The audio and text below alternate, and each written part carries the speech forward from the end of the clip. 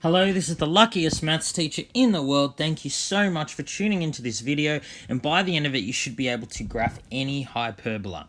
So what is a hyperbola? Well, let's start by looking at the most basic of hyperbola. So we're going to start by graphing y equals 1 over x, or another way to write this is x to the power of -1. Note this equation is exactly the same as xy equals 1. So hyperbola are an example of two variables x and y that are inversely proportional. So let's go ahead and graph this here, y equals 1 over x. So it turns out that y equals 1 over x is a function, but it's discontinuous at x equals 0. The reason for that, you cannot divide by 0. I cannot substitute x equals 0 into this formula. I can, however, substitute any other value of x. So the domain of the function y equals 1 over x is any value of x where x doesn't equal 0. And the range is similarly. So you can't divide 1 by any number to get 0. So actually y can't equal 0 either, but it can take any other value. So the range is also y, so that y can't equal 0. So because x can't equal 0 and y can't equal 0, these two are sort of no-go zones for the graph. So x equals 0, which is the y-axis, the graph can never hit the y-axis. Similarly, the graph can never hit the x-axis. So we call this line y equals 0 and this line x equals 0 asymptotes. What will happen is the graph will get closer and closer to these lines, it'll get closer and closer to the axis, but never actually hit them. That's what the definition of an asymptote is. So let's actually graph this. So let's just substitute a value. For example, if x equals 1, y is just 1 over 1, which is 1. If x is minus 1, y is 1 divided by -1, which is -1. So the graph actually goes through this point and this point, but it can't cross either axis. So the graph is going to be in 2 bits. So let's look at what happens as x gets larger or more negative. So as x gets larger and larger, as we go along here, what will happen to y? Well, if x is a really large number, if you divide 1 by a really large number, you get a really small positive number. So as x approaches infinity and gets larger, y will get smaller. It will get closer and closer to 0. But as discussed before, it will never actually equal 0. So what happens as x gets towards negative infinity? Well, if we were to substitute x here for a very large negative number, y would also get closer to 0. It would become a very small number. So if you put in like x equals -1 million, y would be -1 million, so very close to 0. Now let's look at what happens as x comes in this direction towards 0.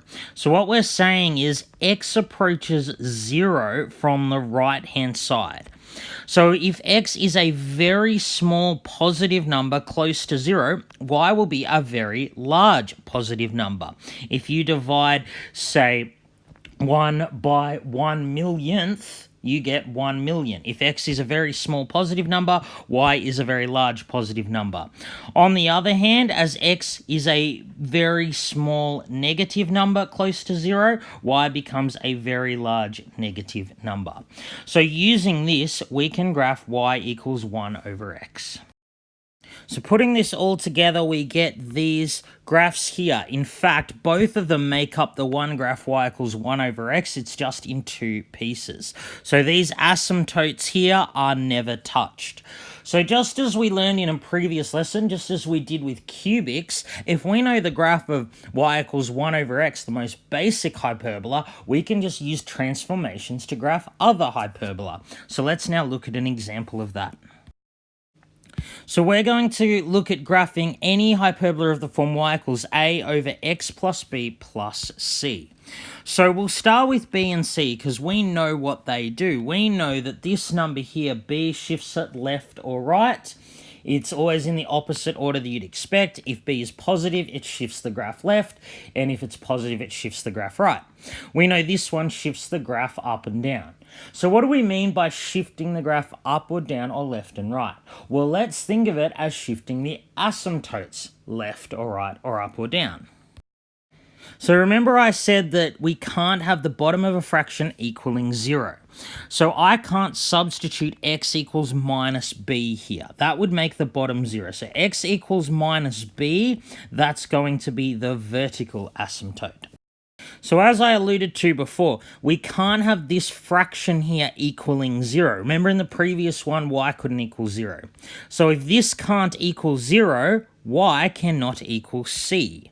So then y equals c is a no-go zone, and it is the horizontal asymptote. So what does this value of a do? Well, a, it's just about whether it's positive or negative. So if A is positive, as it was on the previous slide, then the two pieces of the graph are in the first and third quadrants, and if A is negative, it's the second and fourth quadrants. So what I mean by that is, if we have our axes, we'll divide them up into quadrants by the asymptotes. So we call the top right the first, then we go anti-clockwise like this.